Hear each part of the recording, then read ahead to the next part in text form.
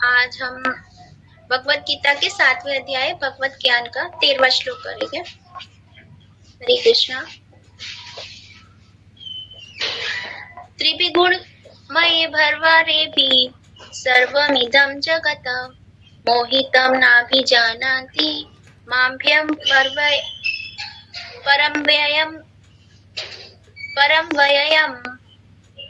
शब्दार्थ: त्रिभि तीन, गुणमय गुण से युक्त, भावे भावों के द्वारा, इभि इन, सर्वम संपूर्ण, इदम यह, जगत ब्रह्मांड, मोहितम मोहग्रस्त, ना अभिजानति नहीं जानता, माम मुझको, एभ्य इनसे, परम परम, अव्ययम अव्यय सनातन। तात्पर्य हिंदी अनुवाद: तीन गुणों सतो रजो और तथा तमो के द्वारा मोहग्रस्त यह सारा संसार मुझ गुणातीत तथा विनाशी को नहीं जानता। तो यहाँ पे प्रभुपाद जी हमें यही समझा रहे हैं। यहाँ पे भगवान बता रहे हैं कि जैसे कि हमने 6 अध्याय में आगे पढ़ा कि भगवान ने पहले दिव्य ज्ञान हमें प्रदान किया कि हमें अज्ञानता को ज्ञान की तलवार से काटना है, और आगे फिर भगवान ने हमें बताया कि कर्म कैसे करने हैं, और 6ठे अध्याय में हमें भगवान ने बताया कि हमें ध्यान कैसे करना है। तो 7वें अध्याय में जो भगवान हमें भगवत ज्ञान दे रहे हैं, यानी भगवान हमें भगवान अपने से अवगत करवा रहे हैं कि मैं कैसे हूँ, कहाँ हूँ, कैसे सृष्टि को चलाता हूँ, कैसे व्याप्त हूँ, कण कण में व्याप्त हूँ। तो यहाँ पे हम भगवान को और तत्व से जान सकते हैं। जो भगवत ज्ञान हमें भगवान अर्जुन को भगवान ने दिया, जिसके द्वारा हम यहाँ पे हम भगवान को समझ सकते हैं और अच्छी तरह पहचान सकते हैं। तो यह पहले श्लोक में जैसे भगवान ने कहा था, अर्जुन से कहा कि हे प्रतापपुत्र, अब सुनो कि तुम किस तरह मेरी भावना से पूर्ण होकर और मन को मुझ में आसक्त करके योगाभ्यास करते हुए मुझे पूर्णतः संशय रहित जान सकते हो। तो यहाँ पे अर्जुन को भगवान ने यही कहा था कि हम कृष्ण भावना भवित तो बन जाएंगे, लेकिन हम बनना कैसे है, हम भगवान को कैसे जान पाएंगे, वो हमें भगवान यहाँ कह रहे हैं कि श्रवण करो, यानी कि मुझसे सुनो कि मुझे तुम कैसे जान सकते हो।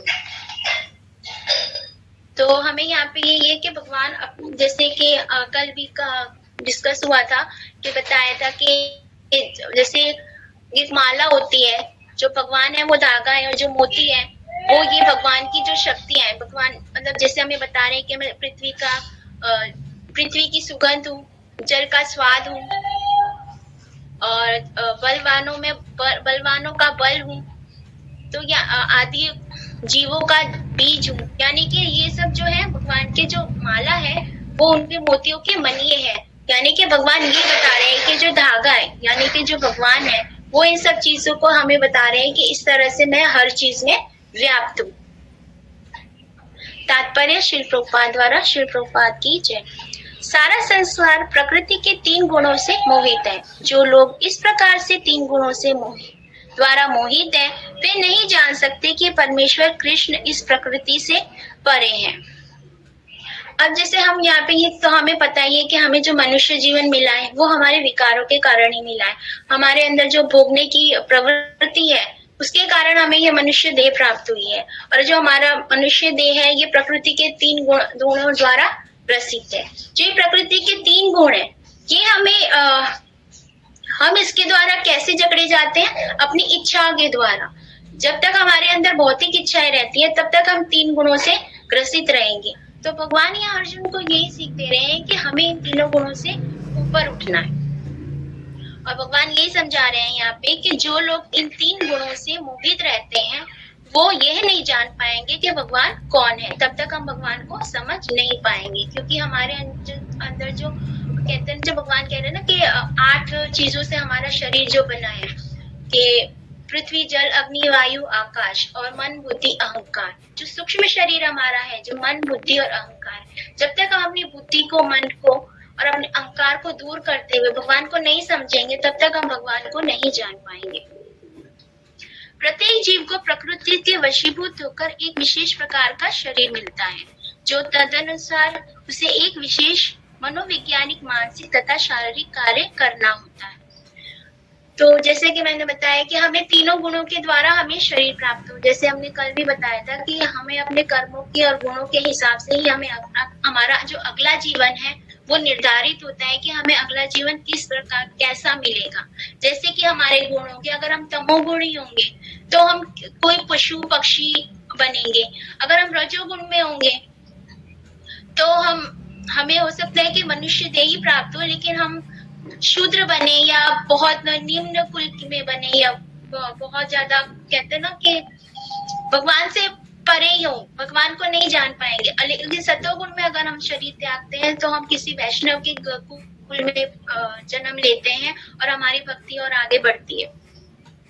तो यहाँ पे ये बता रहे हैं कि प्रत्येक जीव को प्रकृति के वशीभूत होकर एक विशेष प्रकार का शरीर मिलता है और तदन अनुसार उसे एक विशेष मनोवैज्ञानिक मानसिक, यानी कि जैसे गुण हमारे होंगे वैसे हमें मानसिकता तथा शरीर का कार्य करना होता है। यानी कि जिस गुण में हम होंगे उसी तरह का हम कार्य करेंगे। जैसे कि अगर हम सतोगुण में हैं तो हम भगवान की पूजा करेंगे, जैसे हम भगवान की पूजा करते हैं रोज, या फिर हम दान पुण्य करेंगे, या हम भक्ति करेंगे या अपने पुण्य कर्म करने की प्रयास करेंगे। लेकिन अगर हम शुद्ध सत्व गुण में होंगे तो हम भगवान के बारे में जिज्ञासा करें, भगवान को जानने का प्रयास करेंगे। और अगर हम रजोगुण में हैं तो हम कर्म तो करेंगे लेकिन हम उसकी इच्छा करेंगे कि हमें इसका जितना हो सके उतना हम लाभ प्राप्त करें। यानी कि हम जो भी करेंगे हम उसके लिए इच्छाएं हमारी बनी रहेंगी कि हमें जो भी हम कार्य कर रहे हैं उससे हमें कुछ ना कुछ सुख प्राप्त हो। और तमोगुणी व्यक्ति है उसको तो कल की आज की कोई परवाह नहीं होती, वो तो बस खाना पीना सोना इसी में जैसे पशु जीवन होता है उसी तरह अपने जीवन को व्यतीत कर देता है। प्रकृति के 3 गुणों के अंतर्गत कार्य करने वाले मनुष्य की 4 श्रेणियां हैं। जो नितांत सतोगुणी है वे ब्राह्मण, जो रजोगुणी है वे क्षत्रिय, जो रजोगुणी व तमोगुणी है वे वैश्य, और तथा जो नितांत तमोगुणी है वे शूद्र कहलाते हैं। तो यहाँ पे प्रभुपाद जी हमें ये बता रहे हैं कि जो प्रकृति के 3 गुण है, भगवान ने यहाँ 4 वर्ण बनाए गए हैं, 4 वर्ण बनाए हैं, 4 श्रेणियां बनाई हैं, जिसमें है ब्राह्मण, क्षत्रिय, वैश्य और शूद्र। तो वो भी किसके हिसाब से होते हैं? गुणों के हिसाब से होते हैं, जन्म के हिसाब से नहीं। जैसे कि अगर जो ब्राह्मण कुल में जन्म लिया है तो जरूरी नहीं है वो ब्राह्मण ही हो। जैसे हम कहते हैं एग्जाम्पल, डॉक्टर का बेटा जरूरी नहीं है डॉक्टर बने, हालांकि उसके पास सारी फैसिलिटीज होती हैं, पूरा अपने माता पिता का ज्ञान होता है, उसका जो सराउंडिंग है, उसका जो माहौल होता है वो बिल्कुल इसी के लिए होता है कि वो डॉक्टर बन सकता है।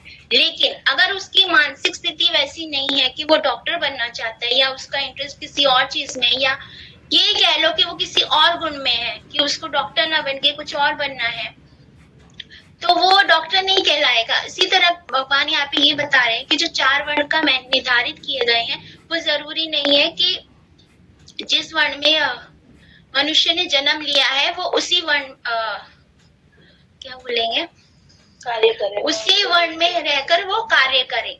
जो शूद्र है या जो शूद्र है वो भी ब्राह्मण के स्तर तक पहुंच सकते हैं। यहाँ पे प्रभुपाद जी ने जैसे पिछले श्लोकों में हमें बताया था कि जो चंडाल है, कुत्ता खाने वाला भी, अगर वो हरि नाम ले रहा है तो भी वो ब्राह्मण से ऊपर है।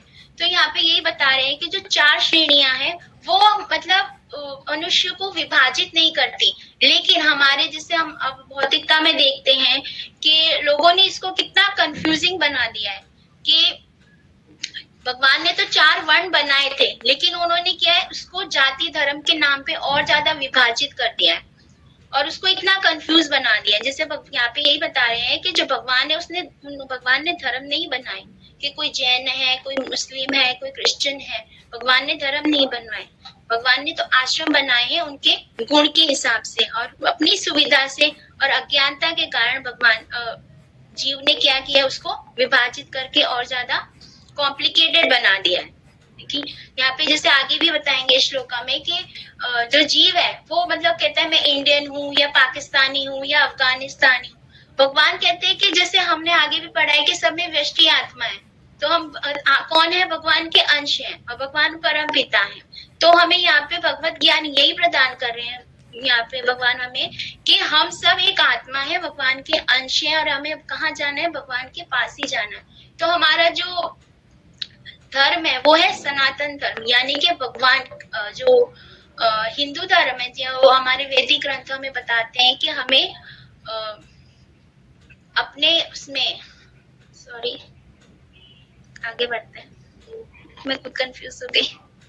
नितांत सतोगुणी व ब्राह्मण जो रजोगुणी है, क्षत्रिय रजोगुणी व तमोगुणी है, दोनों वैश्य कहलाते हैं। तथा जो नितांत तमोगुणी है वे शूद्र कहलाते हैं।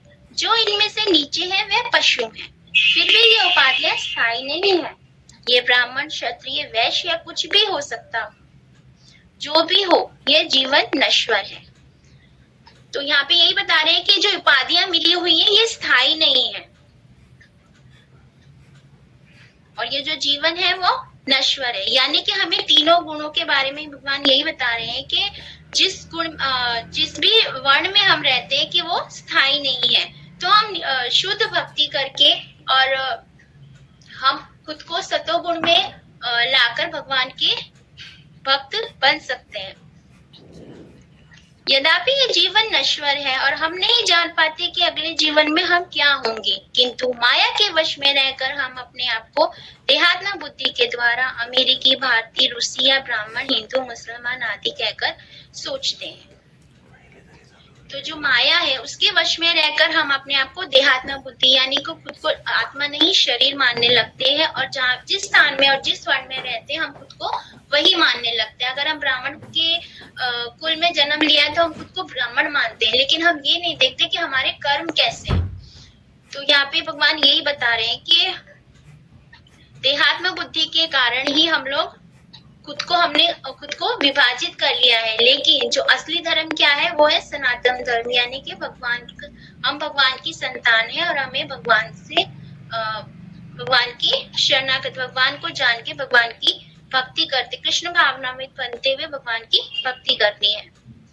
और यदि हम प्रकृति के गुणों में बन जाते हैं तो हम इस भगवान को भूल जाते हैं, और इन गुणों के मूल है ये जो 3 गुण है। जैसे कि भगवान ने आगे बताया था कि तू मेरी 2 शक्ति है, परा और अपरा। तो अपरा शक्ति के अंतर्गत, माया के अंतर्गत हम तीनों गुणों से बंधे हुए हैं, और माया के पास में बंधने के कारण क्या है, हम भगवान को भूल चुके हैं। इसलिए हम 3 गुणों से ग्रसित रहते हैं और जीवन मृत्यु के चक्र में फंसे रहते हैं। अतः भगवान का कहना है कि सारे जीव प्रकृति के इन गुणों द्वारा मोहित होकर ये नहीं समझ पाते कि इंसान संसार की पृष्ठभूमि में भगवान है। तो यहाँ पे यही बता रहे हैं जो 3 गुण हैं ये कितने बनाए तो भगवान ने, जीव बनाया भगवान ने, लेकिन माया के वशीभूतों को वो इन तीनों गुणों में फंसा रह जाता है। वो ये नहीं जान पाता कि जो इस संसार बनाया है, इस सृष्टि की रचना की किसने है और इसके पीछे कारण क्या है। वो खुद को ही परम भोक्ता मानकर, खुद को ही अपने सुख दुख का उत्तरदायी मानकर, यानी कि जब उसके जीवन में सुख आता है तो वो सोचता है कि मेरी वजह से ही आया, लेकिन दुख आता है तो भगवान को दोषारोपण करने लग जाता है। तो ये है कि वो ये नहीं जान पाता कि जो ये सुख दुख उसके जीवन में आए हैं ये किसकी वजह से है, ये उसके कर्मों की ही वजह से है। और हम भगवान किसी चीज के लिए उत्तरदायी नहीं होते। भगवान ने हमें अल्प स्वतंत्रता दी है कि जाओ और कर्म करो, यानी कि जो भी मैंने तुम्हें जीवन दिया है। अब जैसे कि हम कहते हैं ना कि जो शरीर हमें मिला है, हम खुद को शरीर मानते हैं और जो भी कर्म करते हैं हम उसके लिए खुद को ही परम भोक्ता मानते हैं। लेकिन यहाँ पे यही भी समझाने की कोशिश कर रहे हैं कि भगवान ने हमें जीवन दिया है और हमें ये अल्प स्वतंत्रता प्रदान की है कि हम किस गुण में रहते, किस तरह के कर्म करते हैं। और हमें यही समझना है, यहाँ भगवत गीता के द्वारा भगवान हमें यही समझा रहे हैं कि हमें मनुष्य जीवन मिला है तो हमें उसको किस तरह कार्यरत करना है, किस तरह भगवान की सेवा में लगाना है। और सब चीजों के कारण कौन है? भगवान श्री कृष्ण। जैसे कि यहाँ पे भागवतम में भी एक उदाहरण आता है कि जब जो परीक्षित महाराज हैं, जब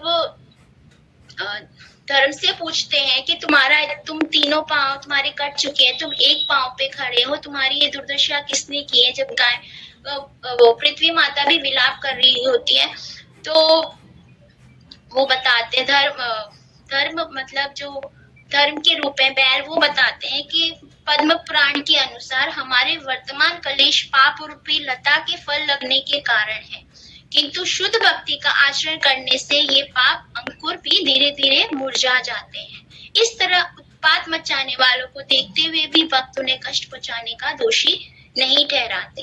वे मान लेते हैं कि उत्पाती व्यक्ति किसी अप्रत्यक्ष कारण ऐसा कर रहा है, अतः वे कष्टों को ईश्वर द्वारा मात्र कम करके दिए गए समझकर सहन करते हैं, अन्यथा उनके कलेश और भी भारी होते हैं। तो यहाँ पे धर्म जो है वो परीक्षित महाराज से कली की कंप्लेन नहीं कर रहे, वो बोलते हैं कि मुझे पता है ये तुम्हें प्रताड़ित कर रहा है, लेकिन जो धर्म है वो हमें ये समझा रहे हैं कि जो भी हमारे जीवन में कलेश आते हैं, सुख दुख आते हैं, वो किसके कारण आते हैं? हमारे कर्मों के द्वारा आते हैं। तो हमें उसके लिए किसी को उत्तरदायी नहीं ठहराना चाहिए। आज जैसे अगर हम गिर गए तो हम कहेंगे अरे ये पानी किसने गिराया था, उसकी वजह से मैं गिर गया। हम अपनी गलती नहीं कहते कि भाई हम देख के नहीं चल रहे थे, इस वजह से हम गिर गए। तो यहाँ पे धर्म जो है हमें यही समझा रहे हैं कि जो भी हमारे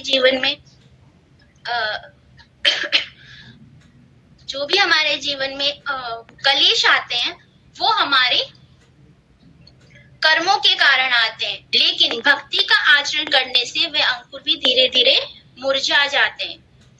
और जो हम उत्पाद मचाने वाले होते हैं, जो भी कहते हैं ना कि जो 4 तरह के दुख हमारे जीवन में आते हैं, वो भी हमारे कर्मों के हिसाब से ही आते हैं। कहते हैं ना, हमने किसी का ऋण लिया होगा, वो ऋण चुकाने के लिए हमारे लाभ हानि होती है, या कोई हमें इतना दुखी कर दे, कभी किसी की संतान दुखी करती है, कभी कोई पड़ोसी दुखी करने लग जाता है, कि हम अपने शारीरिक दुख से होते हैं, या कोई किसी को धन का दुख होता है। तो ये सब चीज किस लिए होती है? क्योंकि हमने कर्म ऐसे किए हैं जो उसका ऋण चुकाने के लिए हमें इस धरती पर आए हैं, और वो सब चीजें हमें सहनी है। लेकिन अगर हम भक्ति में लग जाते हैं तो वो चीज हमें बॉदर नहीं करती, यानी कि हमें उसकी परवाह नहीं होती कि कोई क्या कर रहा है, क्योंकि हमें पता है ये सब हमारे कर्मों के कारण ही है। और जैसे कल गुरु महाराज का मैं लेक्चर सुन रही थी, तो गुरु महाराज ये बता रहे, तुम ये मत समझो कि तुम्हें ठीक है, तुम्हें कृपा मिली है गुरु की और भगवान की, तुम हरि नाम ले रहे हो, लेकिन तुमने पूर्व जन्म में जरूरी, जो कहते हैं ना, यज्ञ तप जो भी था, जो सत्युग में करते थे, तुमने जरूर वो पिछले जन्म में किया होगा, तभी तुम्हारी जीवा से इस बार हरि नाम निकल रहा है। तो तुम ये छोटी चीज मत समझो कि तुम हरि नाम ले भी पा रहे हो। अब जैसे हम भगवत गीता बांटने जाते हैं, तो हम देख रहे हैं, हम किसी को हरे कृष्णा भी बोलते हैं तो वो सामने रिस्पॉन्ड नहीं करता जल्दी से। तो क्यों नहीं कर पाता? तो यही होते हैं कि जो अनर्थ होते हैं वो हमें भगवान से जुड़ने नहीं देते। लेकिन मतलब मैं खुद को इतना भाग्यशाली मानती हूँ कि भगवान, मैंने कुछ तो जरूरी किया होगा कि इस जन्म में मेरे को अब ये ज्ञान भी मिल रहा है, भक्तों का संग भी मिल रहा है। अब जैसे हम उस दिन पेपर दे के आ रहे थे, तो मंजू माता जी और सब हम बात कर रहे थे कि भगवान ने हमारे ऊपर कितनी कृपा की है कि हमें भक्तों का संग दिया है, हमें इतनी अच्छी ग्रुप दिया है कि हम जो भी चर्चा करते हैं भगवान की करते हैं, भगवान के बारे में और जानते हैं। यानी कि कुछ ना कुछ तो कहते हैं ना, मोती दान किए होंगे तभी हमने ये सुख प्राप्त हो रहा है। और ये इतनी कहते हैं ना, हम लोग बहुत ज्यादा प्रिविलेज है, और हमें भगवान के प्रति हमेशा कृतज्ञ रहना चाहिए कि भगवान आपने ये हरि नाम दिया है, पर इतनी कृपा जरूर करना कि आपको कभी भी ना भूलना। तो यहाँ पे धर्म हमें यही बता रहा है कि जो भी होता है हमारे कर्मों के हिसाब से होता है, लेकिन जो अतीव जो कष्ट होते हैं ईश्वर द्वारा मात्र कम करके दिए हुए समझकर सहने लगते हैं। जो भी कष्ट होते हैं हम उनको क्या समझते हैं, भगवान ने हमारे पता नहीं कितने गणित पाप किए होंगे, लेकिन भगवान ने उसको कम करके हम पे कृपा की है और सहन करने की उसको शक्ति हमें प्रदान की है।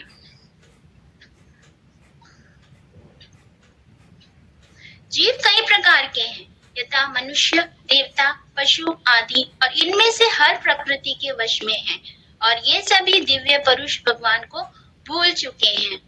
यहाँ पे प्रभुपाद जी हमें बता रहे हैं कि जीव कई प्रकार के हैं, मनुष्य, देवता, पशु आदि, इनमें से हर एक प्रकृति के वश में है, और ये सभी दिव्य पुरुष भगवान को भूल चुके हैं। तो यहाँ पे यही बता रहे हैं कि हम भगवान को भूल चुके हैं, तभी हम इस धराधाम पे आए हैं, और तरह तरह के जीव हैं, मनुष्य, देवता, पशु आदि, लेकिन प्रकृति के गुणों में फंस के वो इन भगवान को भूल चुके हैं और अपने जीवन को भोग रहे हैं। ये सभी दिव्य पुरुष भगवान को भूल चुके हैं, जो रजोगुणी तथा तमोगुणी है, यहाँ तक कि जो सत्वगुणी भी है, वह भी परम सत्य के निर्वेश ब्रह्म स्वरूप से आगे नहीं बढ़ पाते।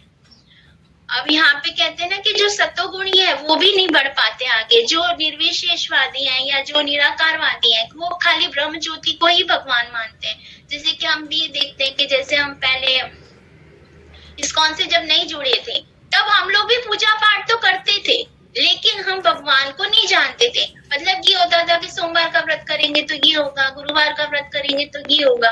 मतलब हम फल की इच्छा से ही व्रत किया करते थे या पूजा पाठ किया करते थे। अब जैसे हम खाटू श्याम का सुनते हैं तो कहते हैं ना, भगवान ने मेरे ये हमारे जो आसपास के लोग हैं सब खाटू श्याम के भक्त हैं, तो वो यही कहते हैं कि अरे मैंने तो ये अर्जी लगाई थी, मेरी ये पूरी हो गई, मैंने तो ये मांगा था, ये पूरा हो गया।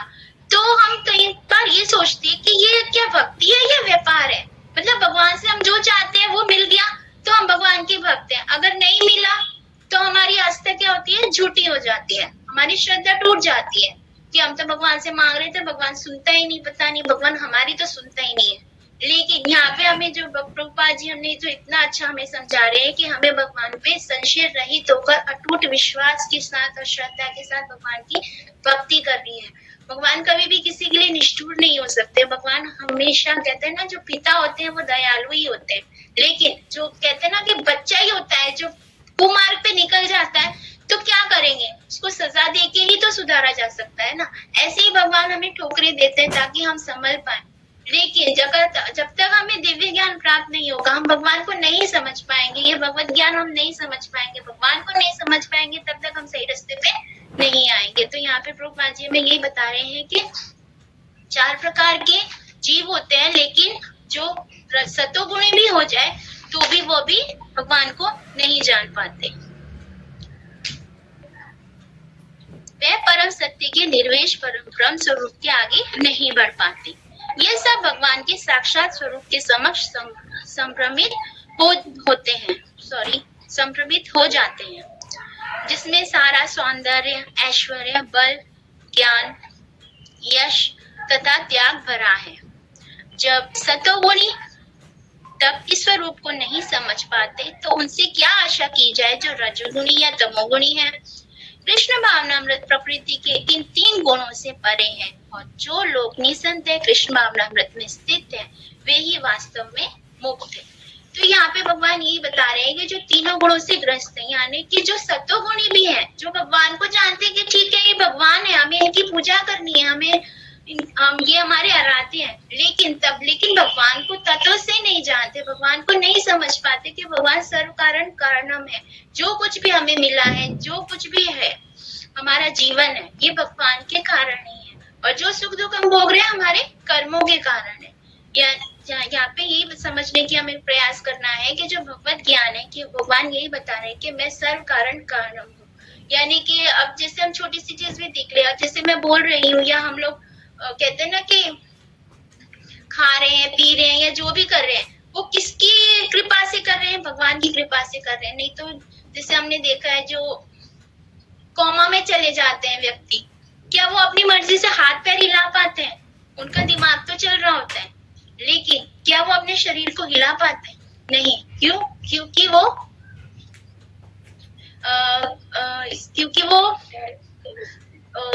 भगवान की कृपा, कह दो ना कि कर्म के हिसाब से उनको ये अवस्था मिलती है, वो भगवान की कृपा कहीं ना कहीं छूट जाती है।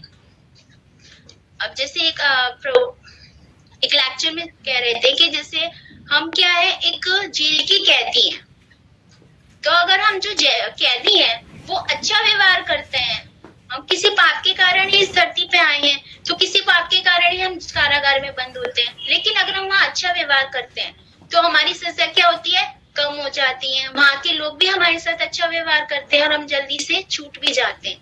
लेकिन अगर हम वहाँ भी अपनी, कहते हैं ना कि खुद को ही हम बड़ा मानते हैं, अपनी गलतियों को नहीं मानते, और हम ये सोचते हैं कि हमने कुछ नहीं किया है, या कहते हैं ना अज्ञानता रहती है, तो हम क्या करेंगे, अपनी सजा को भुगतते रहेंगे और जन्म मृत्यु के चक्र में फंसे रहेंगे। तो यही है कि हमें अच्छा आचरण करके शुद्ध वैष्णव सदाचार, यानी शुद्ध वैष्णव के गुण अपना के हमें एक शुद्ध वैष्णव बनना है। हमें ये नहीं सोचना कि हम किस वर्ण में है, या हम क्या बोलेंगे, किस स्थिति में है। बस हमें ये है कि हमें शुद्ध रूप से भक्ति करनी है, ताकि हम भगवान की जल्दी से जल्दी भगवान की शरणागति ले सके।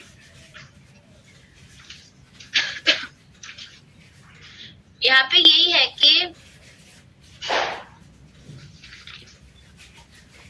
अर्जुन पूछते हैं कि आप अगर जैसे भगवान बता रहे कि मैं ही भगवान हूँ, तो अर्जुन पूछते हैं कि आप भगवान है तो हम जीव आपको क्यों नहीं समझ पाते। तो ये भगवान को हम क्यों, भगवान उसका उत्तर देते हैं कि 7.14 में भगवान हमें बताएंगे क्योंकि हम माया से ग्रसित हैं और तीनों गुणों से ग्रसित है। माया के कारण हम तीनों गुणों से ग्रसित है, इसलिए हम भगवान को जल्दी से समझ नहीं पाते। अब जैसे कि सचिपति प्रभु जी ने एक लेक्चर में बताया था कि जो हम जीव हैं उनमें 4 तरह के अवगुण होते हैं, डिफेक्ट्स होते हैं। क्या होते हैं? तो वो गलती करते हैं। दूसरा, भ्रमित होते हैं, बहुत जल्दी भ्रमित हो जाते हैं। जैसे कि मैंने बताया था कि जैसे हम कर्मकांडी होते हैं कि अगर हमारे लिए सब कुछ अच्छा हो रहा है तो हम भगवान की अच्छी तरह पूजा करते हैं, दान पुण्य करते हैं, लेकिन जब कुछ भी गलत होता है तो हमारी क्या होती है, श्रद्धा टूट जाती है और जल्दी से हम लोग भ्रमित भी हो जाते हैं कि ये नहीं, अगर इसको नहीं, इस देवता को पूजोगे तो और जल्दी हमारी और अच्छा होता है। तो और तीसरा होता है चीटिंग करना, दूसरों को धोखा देने की प्रवृत्ति। और चौथा होता है कि अपूर्ण इंद्रियां, हमारी क्या है, अपूर्ण इंद्रियां। हम भगवान को प्रत्यक्ष रूप से नहीं देख सकते, हम भगवान को गुरु की कृपा से ही देख सकते हैं। गुरु की कृपा से ही हम भगवान का साक्षात्कार कर सकते हैं। तो यही चीज है कि हमें यही समझना है कि भगवत ज्ञान यही हमें बता रहे हैं प्रभुपाद जी या भगवान अर्जुन को यही समझा रहे हैं कि मुझे हर कण कण में मैं व्याप्त हूँ, कि बस यही है कि भक्ति रूपी, कहते हैं ना कि अंजन ज्ञानी की, हम भक्ति की दृष्टि से ही हम लोग भगवान के दर्शन भी कर सकते हैं और भगवान को प्राप्त भी कर सकते हैं।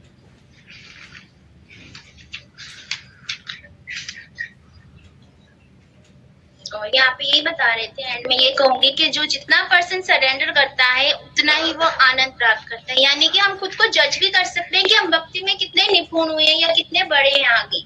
जितना हमें भक्ति में या जपा में आनंद आता है, भक्तों के संग में आनंद आता है, उतना ही हम समझ सकते हैं कि हम भक्ति में आगे बढ़ रहे हैं। लेकिन जब हमें लगता है कि जो कथा हो रही है बोरिंग है या हम जपा में हमारा मन नहीं लगता, तो हमें उससे हम खुद को जज कर सकते हैं कि भैया हम भक्ति में अभी कहीं भी नहीं है, हमें उसके लिए प्रयास करना है और आगे बढ़ना है। तो हरे कृष्ण प्रभु जी, हरे कृष्ण माता जी। जो मेरी छोटी सी बुद्धि से मुझे समझ आया, मैंने प्रयास किया और मुझे पता है मैंने बहुत गलतियां की होंगी, पर आप लोग इतने अच्छे हैं, मुझे माफ कर ही देंगे। हरे कृष्ण।